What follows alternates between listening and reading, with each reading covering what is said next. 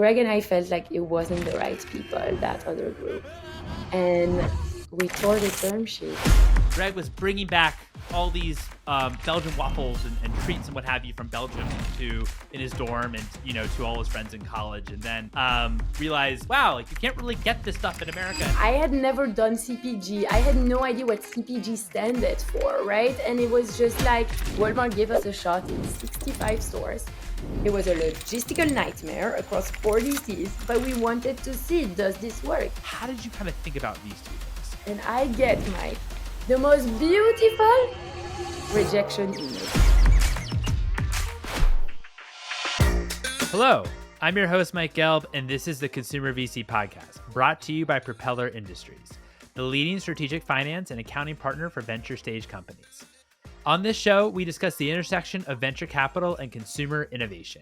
If you're enjoying this show, please subscribe on YouTube or whichever platform you're viewing this content. And if you want the full experience, subscribe to my newsletter at theconsumervc.com. I send fundraising updates of all the latest consumer deals that are happening, and you'll receive new episodes straight to your inbox.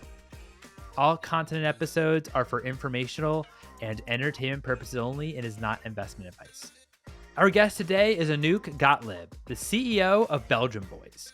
Belgian Boys is bringing European treats like Belgian waffles, brioche French toast, crepes, and other delicious delights to the American home. They are now in over 8,400 stores, including Walmart, Target, Whole Foods. We discuss Anouck's journey from fashion to joining her husband in starting this food CPG company, how they first got into retail, what it was like years of bootstrapping to raising from Daniel Lubetzky's venture firm Camino Partners, and also why they pivoted from frozen food to refrigerator food, and much, much, much more. This is a lot of fun. Thank you, Anouck, for coming on the show. Without further ado, here's Anouck.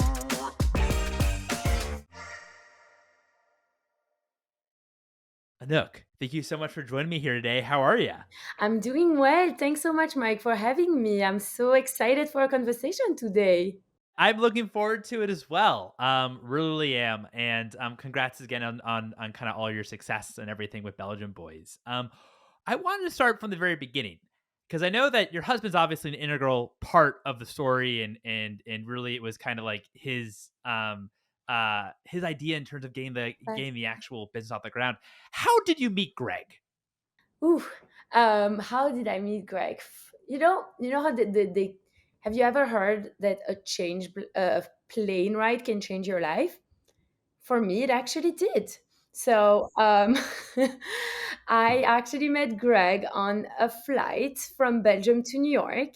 So Greg had graduated college. He went to college in Boston. He's originally from Belgium too. Went to Belgium to visit his family, and I was super young and excited to go for my fashion internship to New York City because I was studying fashion, and I mean New York's like one of the fashion capitals of the world. I was excited to, that movie, The Devil Wears Prada, like that was me. That was me. And on the flight, Greg was there. And so we met on that plane. It was back when Continental Airlines still existed. So we're vintage. I remember Continental very, very well. It was a good Very, very airline, well. right? It was a good airline. Yeah. Yeah. Yeah. Yeah. No, for sure. Definitely. I think I've flown there from to Europe a couple times too. So that's awesome. So I know that Greg, like maybe like part of like the idea behind Belgian Boys was Greg was bringing back all these Belgian waffles and treats and what have you from Belgium to in his dorm and to all his friends in college, and then realized, wow, like you can't really get this stuff in America, and everyone seems to love it, and so created a business what eventually became Belgian Boys. And let me know if I'm incorrect there. You ended up joining like the business a bit later, and decided to leave fashion. Why did you leave fashion for to actually join your husband and on this venture with Belgian Boys? Well, when you ask a question like that, it's like, why? Why did that? No. But exactly, that's the story. And so my background in fashion, Greg was starting to ideate this idea, and I was telling him, okay, Greg, like let's like I can use my skills here. I can help you. Photoshop, Illustrator. Let me do that. If you think even of clothes, you pick something up from a shelf on the rack because it looks good, right? And how can we apply that same thing to food? I was like, if it's not going to look good, people are not going to pick it up. So let's create something that looks good so that people will actually want to try it and to eat it. And that was what I was doing that at night, helping Greg do the branding, the design, the story behind the brand, and really helping with that. And then fashion. Listen, I loved what I did. I really enjoyed everything being creative. I did everything from like sketching to ideating, conceptualizing, sewing. But fashion is a very, very toxic industry. And that's what I felt. And I remember this like yesterday. We went away and we got engaged. And I was like the happiest girl in the world. I wasn't expecting it. We were young. And I was like, I'm engaged. And I get back to the office. And 5 days later, I find myself back into my like, she said this, he said that, da da da, and not feeling good about myself. And I'm like, how? I had this like moment of like, how is this possible? I'm happy in my life. Why is this negativity coming on me? And I gave my resignation and said, I'm done. I'm done with that. The goal was to keep looking for another company, but Greg was like, why don't you do this with me? And I'm like, I don't know. We just got engaged. Like, that seems dangerous. But we said, let's give it a try. And if it works, it works. If it doesn't, we'll stop because obviously our relationship is very important. And we're going to want to give that a try. Well, hey, a business and 2 kids later, we just celebrated our anniversary. Yeah, we've been married for 8, 9 years now. That's fantastic. What did you feel like? I understand, prior to you joining full time, you were helping out on the marketing, the branding side, and maybe bringing things that you've learned from the fashion world to CPG. What do you think? I mean, he talked specifically about what on the kind of skill set that you had in the fashion side, you were managed to bring on the CPG side that you thought were like incredibly helpful and valuable to like um build maybe the brand identity from the beginning. Yes, I mean, I think it's first the creative approach. I have a creative mindset, so I understood this not only like, hey, this is the concept, this is what we're gonna do. Think about like when a business person like briefs a creative, this is the concept, bring it to life. I think the strength was that I actually knew the steps of what needs to happen as well, in addition to that creative process, from the conceptualizing to actually doing the Photoshop, the illustration, and building that brand. And I think also the personal connection to the project and to the product with Greg. I'm also from Belgium. I understood. I was bringing those treats with me. And so, really, that personal connection that, like, yeah, I get why this is missing in the US, and really discovering it with him together. Like, okay. But on a fashion, it's like on a piece of paper. That's what it starts with. Like, you have a piece of paper, and then you start drawing and designing, and then you see a garment. Like, there's so many steps in between. Not being afraid to start drawing, and that's the same concept that we apply to this brand. Like, let's not be afraid to put every idea on the paper that we have, every concept, go crazy, and then we dial it down. And that was the creative process that we went through initially.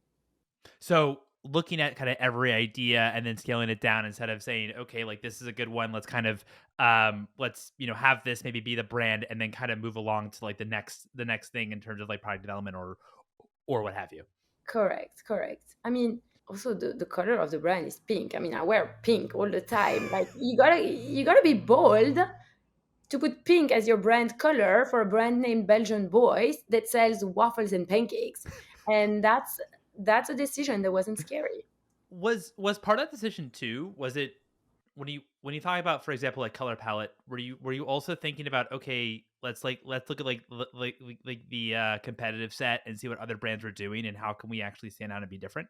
I mean, I want to say that answer right now, Mike, but like back then, I had never done CPG. I had no idea what CPG standed for, right? And it was just like, this is the first time for us, and let's figure it out. So, yes, we were looking at a lot of stores, but it wasn't like, well, I think pink is going to stand out great and it's better than yellow because yellow is ego. Like all these data points we didn't have back then, and we didn't have the knowledge. So, it was a lot of gut based decision. Love. That's awesome. So and initially when you thought about like sales channels, what was your first sales channel for your products? Well, initially it was our car, and we were just gonna go. We're just going in Manhattan, like all the stores, and just, hey, do you want our product? Like, and lots of bodegas and like stores in the city because we were living in the city in New York, and that was really what we were doing. And then our first hire was Robin. Robin, still with the company. She's amazing. She taught us so much, both to Greg and I. And her strength was specialty. And that's where we started with the specialty stores, with her guidance and her leadership. We went to the Jewel Oscos, the Central Market, the Harmons, the Whole Foods of the world. And that was initially how we got off the ground. What did you think that when we started maybe getting into retail, um what do you think that they like pay attention to the most in terms of how you're able to actually get into that particular retailer? Well, the product, just first of all, it tastes delicious and it looks phenomenal, right? I think you can have the best trend and the best supplement and the best idea. At the end of the day, the product got to taste good. It was a product that was not on the market, that they hadn't tasted before, that was just not there, and that European foods brought to the mainstream is a concept that appeals, but it like you can't just say, oh, this is cool, let's bring European to the US. Like, number one is taste, and we 100%, I mean, I'm super subjective here, but our product tastes really really good. That's why our consumer keeps, but that's what we hear, that's why our consumer keeps buying it and really become that household staple for the consumer. I think originally it was probably the French accents that were like super convincing for the buyers, but there was also some backlash because when we started, um, in those years 2016-ish, 15, 16, a lot of the movement was like really leaning into better for you, better for you, better for you. And we were more like a bit indulgent, right? And that was actually something that was harder for us to get through because it was not with the trends. I think today really people understand like what is it that we do. We're that trade up from an Eggo waffle, from a Pop Tart that the American consumer has eaten but doesn't want to give their kids now that they have a family. And that has, I would say, been more of our selling story and what the buyer resonate to today than back then when we were there originally starting out. That's interesting. So it was kind of tougher to break through just because a lot of, especially on my natural channel, I know I Yeah. heard Whole Foods in there in terms of early retailers, but in terms of actually getting into some of these stores, that was actually pretty tricky just because they wanted more of like the better for you type products, and yet your product was just premium, amazing, delicious, waffles that were great. It wasn't, maybe a better for you product in that, kind of mind in terms of also the marketing when it comes to, that, but it was purely delicious, and it was indulgent, as you say. So that was quite challenging from that. And how also did you think about where the product fit? Because from the beginning, did you start off as it in the frozen section? We get there to that first meeting, we show waffles, pancakes, crepes, and buyers are like, oh, you're frozen breakfast. And Greg and I look at each other with this like smile, like, yeah, we want to know what this is. Like, I had never heard of frozen breakfast in my life, Mike. Like, what is frozen breakfast? Like, why would you freeze breakfast? Like, it doesn't make any sense. Think about it as your own customer habits, right? What do you open when you make your, like, you wake up in the morning, you go, you make your coffee. What do you open? The fridge or the freezer? The fridge. Most Americans open the fridge. So why do you stock up on an item that you eat every single day?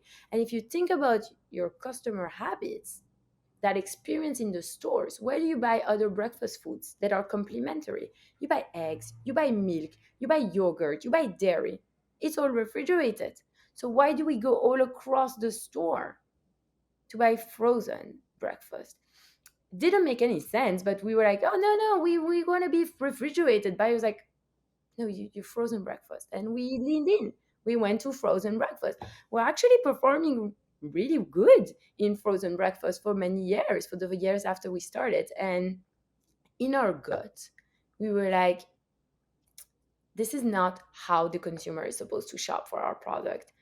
We need to be merchandised refrigerated. That's also how product is merchandised in Europe. There is way more option in refrigerated than in frozen. There is no options for frozen breakfast in Europe. And we didn't want to like stop. And we were like that bugging annoyance that kept asking for refrigerated placements until finally we got our shot in 2019. We did a rotation at Costco, went back to the redirect. Look, look, look, see.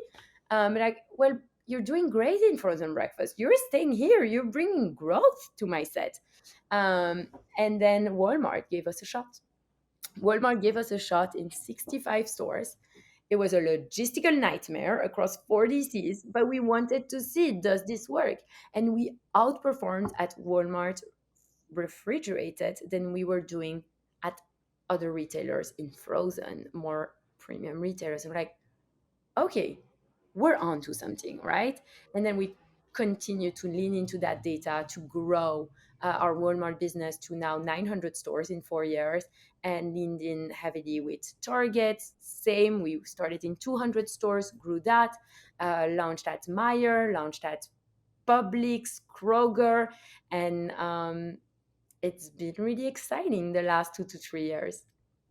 That's amazing. And but from initially, you thought it was a refrigerated product, that it should have been a refrigerated product, but just that the American consumer was used to buying waffles. And also the retailers were telling you, hey, like you're in the frozen section. So you had to start off being frozen just to get those stores and get kind of in the door. And then eventually you decided to not pivot, you still have like a frozen section, but to introduce products that actually aligned with what you thought actually made more sense, which was in the refrigerated section. Exactly. And I mean, it comes a bit full circle that this year, the CMA, which is a Category Management Association, like published a case study of refrigerated breakfast, and with Belgian Boys as one of the brands to highlight there. I really am excited just about the thought of how does this retail landscape look like in 5 years? How will the consumer shop for breakfast food? And that aisle, a refrigerated breakfast destination within the stores. That's what we're doing now with our retail partners. And the retailers don't want to miss out. So it's been super, after being told no, no, no, no, no, no, no, no, no for so many times, to now be able to work with the CMA, to work with leadership in the stores to build the future of how that consumer is going to shop. Like, that's a really exciting place to be at. And we're just getting started. So, but from a perishable expiry date perspective, Yeah. is refrigerated a lot harder when it versus frozen? Because I presume that the expiry dates, it's much shorter span, so your Yes. velocities have to be like a lot Yes. higher. Is that the case? Oh, it's easy, Mike. Like, it's so easy. You do this in your sleep, refrigerated. Like, everybody should do that. It's super, super challenging operationally and from a team perspective. Plus, you're building a category that doesn't exist. So you're asking buyers to like understand things for a product that Go to the refrigerator for your waffles instead of go to the freezer. exactly. And we need to date our product. So there's a lot of complexity, which is why we work with a retailer first on a smaller scale, and then we scale that to more stores, because we want to really understand how operationally the supply chain works to make sure like we're on a weekly ordering cadence. Our team's OTIF is like laser focused, because we need to make sure that from an operation and supply chain and back end perspective, we're there to maximize. The velocities are there, it's supporting, but There's a lot of work that goes into the back end, and we have an amazing team to do that.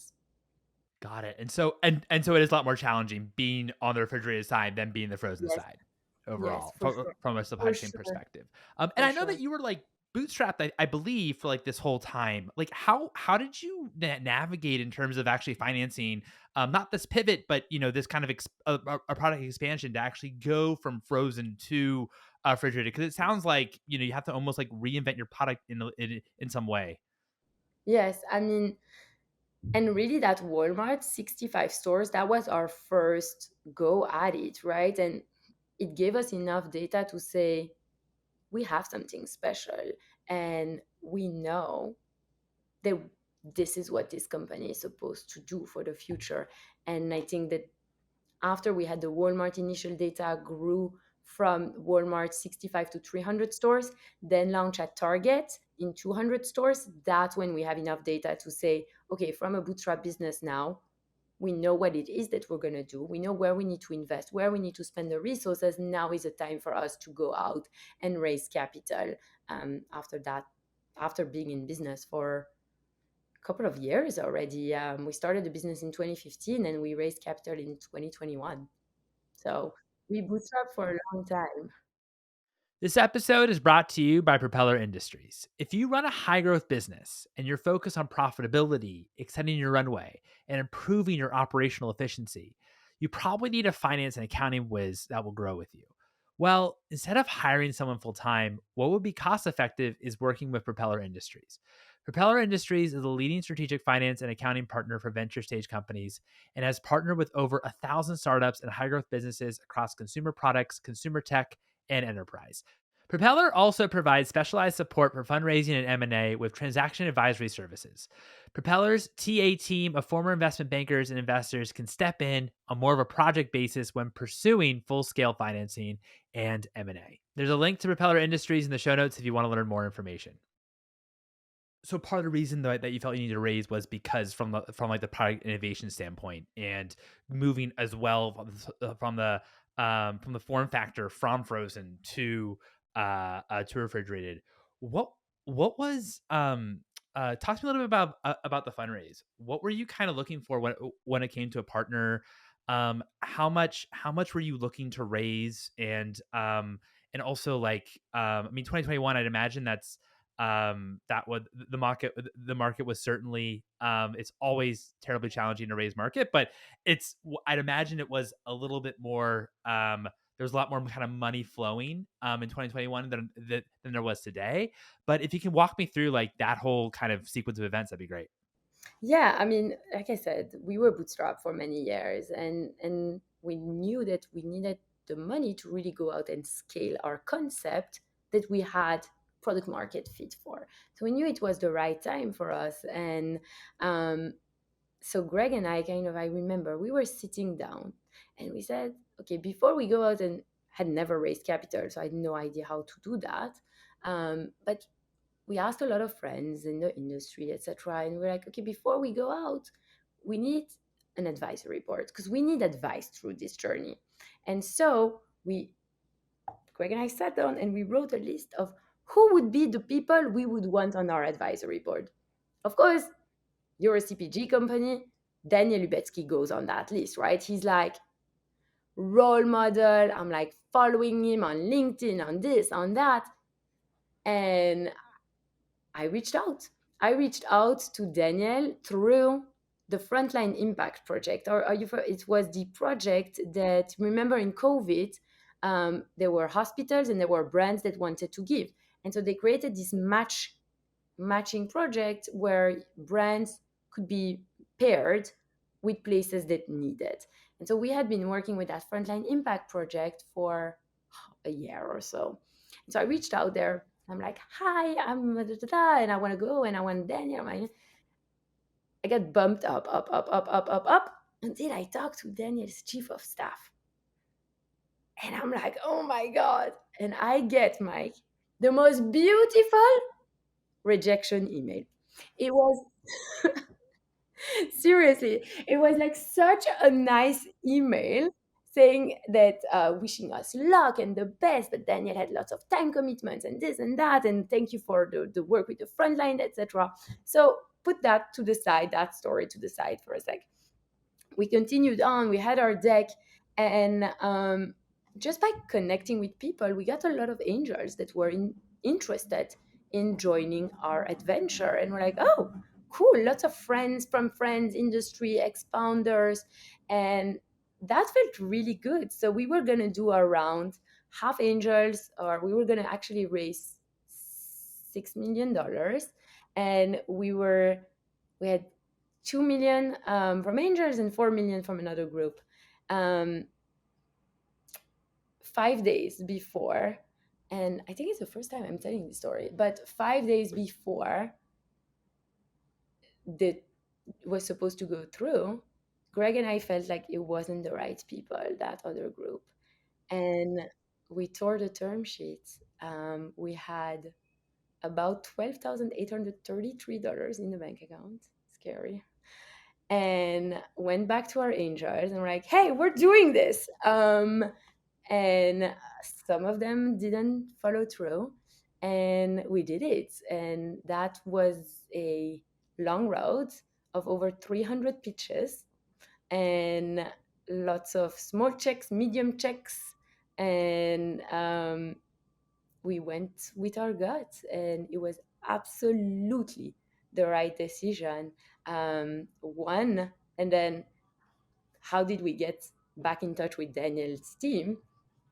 Actually, I pitched, and someone said, this is not for me, but I want to connect you with Ellie Lanning, who's on Daniel's team. And I'm like, shut the fuck up. No, oh my God. And I was just like, such a long shot, never gonna work. It's not gonna be. And I was just like, oh, like, ah. And that first conversation was great. Ended up being a second, a third, a fourth. Then I met Daniel. That was like the highlight. And we closed our round after that.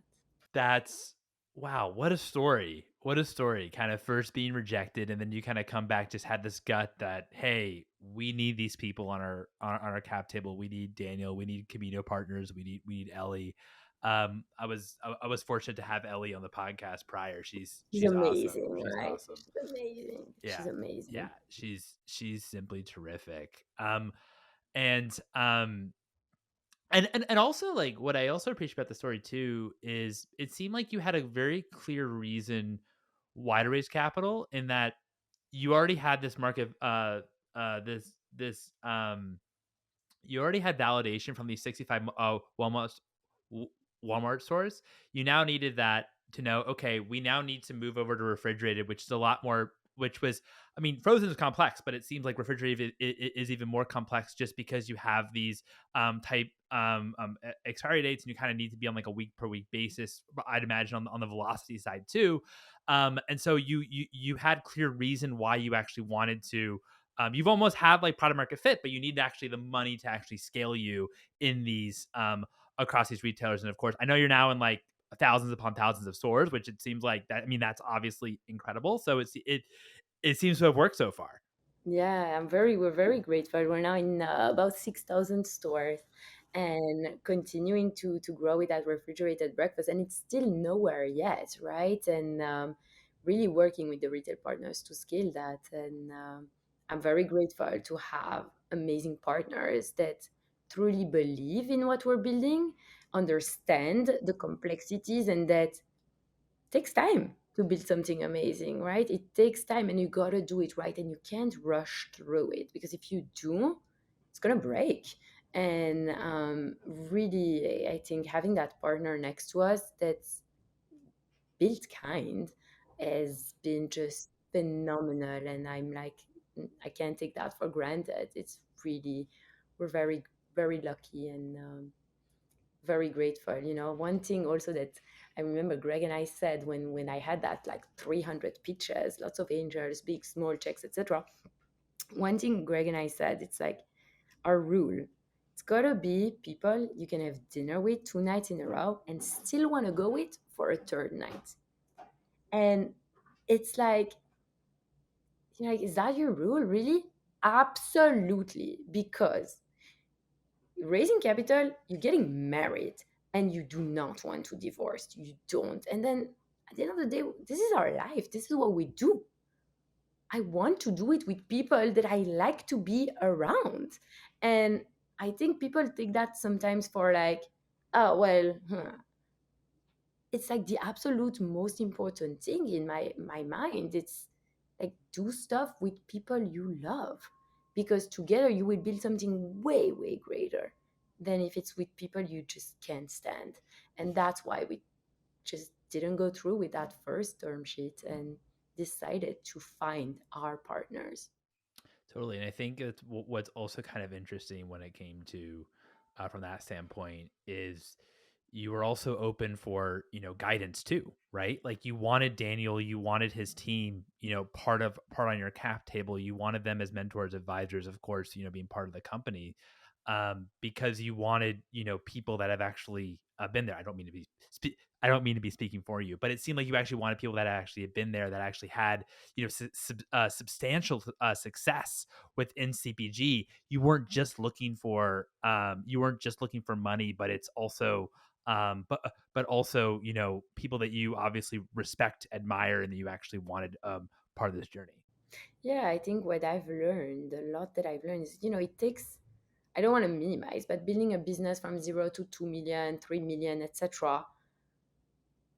Not been there, done that, but like you can figure that out, right? I think taking that to the next stage, like it's one thing to get on the shelf, to stay on the shelf and build a brand that will create enterprise value that actually gets into the consumer lives and impacts them so much that they want to keep buying it. It's such a different skill set. And that's where Greg and I knew we need to get the best experts next to us, people that have done that, that can guide us around, guide us through that, because scaling a business is different than growing a business. And that's a big lesson. Also, what I find really compelling as well, just about the business story of Belgian Boys, which a lot of companies aren't able to do this, is going from the natural channels in the grocery store to conventional, to the Walmarts, to the Targets, to, those kind of areas. And and so I was wondering, how did you think about, how are you able to kind of accomplish that? And secondly, how did you also think about price? Because, typically in natural channels, and part of the reason maybe why a lot of companies have struggled, or had a hard time going from conventional, could be due to price. The natural channels, as a shopper, it could be, people that have more disposable income, higher earners, or what have you. And where in conventional, I mean, I know that these worlds are kind of blending now, but that might not be the case. So how did you, and in terms of the brands you're kind of competing against, it can be from like a very different standpoint when it comes to price. So how did you kind of think about these two things? Yeah, it's great question. And listen, I'll go back in history. When we started, we thought our consumer has been in Amsterdam and in Brussels, and they want to be reminded of that experience of the streets and eating a fresh crepe in Paris. That's what we thought. That's who we thought our consumer was. And that's not who our consumer is. Our consumer is the mainstream consumer that is trading up from the everyday. We are incremental to their basket. And that was when we had like that aha switch. We saw what's in their basket. I remember looking at that Walmart basket data and I'm like, wait, what? That's our consumer? In our basket, there's eggs, there's refrigerated doughs like Pillsbury, all of those, Lucky Charms, boneless chicken, strawberry, Nutella, and pretzel crisps. And I'm like, what? That's a, like our consumer is some like a family that goes on Saturday or on Sunday to do the grocery shopping and that gets a, like mom gets like that Starbucks in the store, walks around the store, and every kid can pick one thing. That's our consumer. It's the everyday mainstream. And finding, I agree with you, finding for that emerging brand the success in mass and grocery, it's the brand appeal. And at Belgian Boys, it really worked so much that that is the channel where we see our consumer being the strong consumer. And I think it's more of a surprise effect in the beginning when we found out, but we really leaned into that. That is where they live. That's how we market to our consumer. That's that mom. It's our mission as a brand is to spark moments of joy. That's our mission. And if you think about it, especially for mom, that moment when you wake up, you gotta get yourself dressed. You gotta get the kids dressed. Where is the shoe? Oh my god, we forgot the homework. Where is the boots, etc. Like, what we have for breakfast, it's not something we want to argue about. It's got to be easy, it's got to be simple, it's got to be filling so that your kids and yourself walk out the door with like enough energy to go and get the day. And especially for kids, when they leave the door, you don't know if they're going to be bullied, if they're going to have an awful day, or if they're going to have a best day. You can control that first hour of the day. And Belgian Boys contribute to that first hour, having them leave with a smile. And that's a powerful message. And I think that if you focus as a brand on who your consumer is and what you solve for them, that's when you're able to have that mainstream appeal. If your customer is a mainstream customer, I mean, I have two kids. I'm not whipping up pancakes in the morning every morning. Like, who has time for that, right? That's like that mom in the movies. It's not everyday mom. It's not that parent every day. And you want something that's easy, convenient, delicious, nutritious. And that's really what Belgian Boys delivers on, which is why I think we have that mainstream appeal. Once you realize that you had mainstream appeal, that it was kind of like the everyday consumer in your mind, and not someone that, hey, I've like visited Belgium or visited Europe and kind of want this experience and bring this back to the experience. And it was really like the everyday consumer. Once you learn that insight, what changes did you have to do for Belgian Boys in terms of on strategically? Um was there any, like, for example, like branding or positioning changes? Was there price changes? Was there even how you thought about even rolling out new products? Absolutely, branding and positioning. I think you hear this and you're like, no, because you live it. But simple is better. Like, simpler is better. And when you are in the brand and you're in this every day, I think we tend to overcomplicate things because it's got to be exciting for us over what we did before. And then you want to make it even more sophisticated, even more sophisticated. But you have like split of a second to make an impact. I'll tell you a little anecdotal story, but our Belgian waffle used to be named the Liège waffle. Mike, do you know what Liège is? I don't. Voilà, exactly. That exactly proves my point. Liège is the city in Belgium where the Belgian waffle, the traditional one, is authentically made in, and that's why it's gotten the name of the city of where it's made. So we say we eat a Liège waffle. What we did was horrible. We made our consumer feel stupid for 5 or 6.99. That's horrible. I gave you a feeling of being stupid because you don't know what you're buying. And it cost $5. Like, that's terrible consumer experience. We changed it to the traditional Belgian waffle. Boom, skyrocket sales. It's so simple. And yet brands tend to overcomplicate. Why? That's a great example. I mean, this, like, they tell your consumer what product that they're going to be purchasing. Don't try to kind of overcomplicate it with kind of like this not inside type like in the know type kind of behavior, but and I totally understand originally why you kind of went that route, in that you wanted someone that, oh wow, like, I went to Europe and what have you, and kind of want that experience, and then you kind of know that you're kind of in the know per se. But when you're dealing with an everyday consumer, then yeah, tell them exactly what they're about to experience. Exactly. And it goes from everywhere, right? From how you write ingredients, from recipes where we used to make like 3 hour recipes. Now it's like 5 seconds, right? Just like add Nutella. Ooh, great crepe now, right? It's like these small things, but think about your consumer and stop complicated this. And that's actually something that I've learned, and really we keep repeating with our team, what are we solving for our consumer, and let's focus on that. So also how did you all navigate March 2020 and of course, this COVID experience? Because, you know, it was an interesting um obviously in 2021 I know that you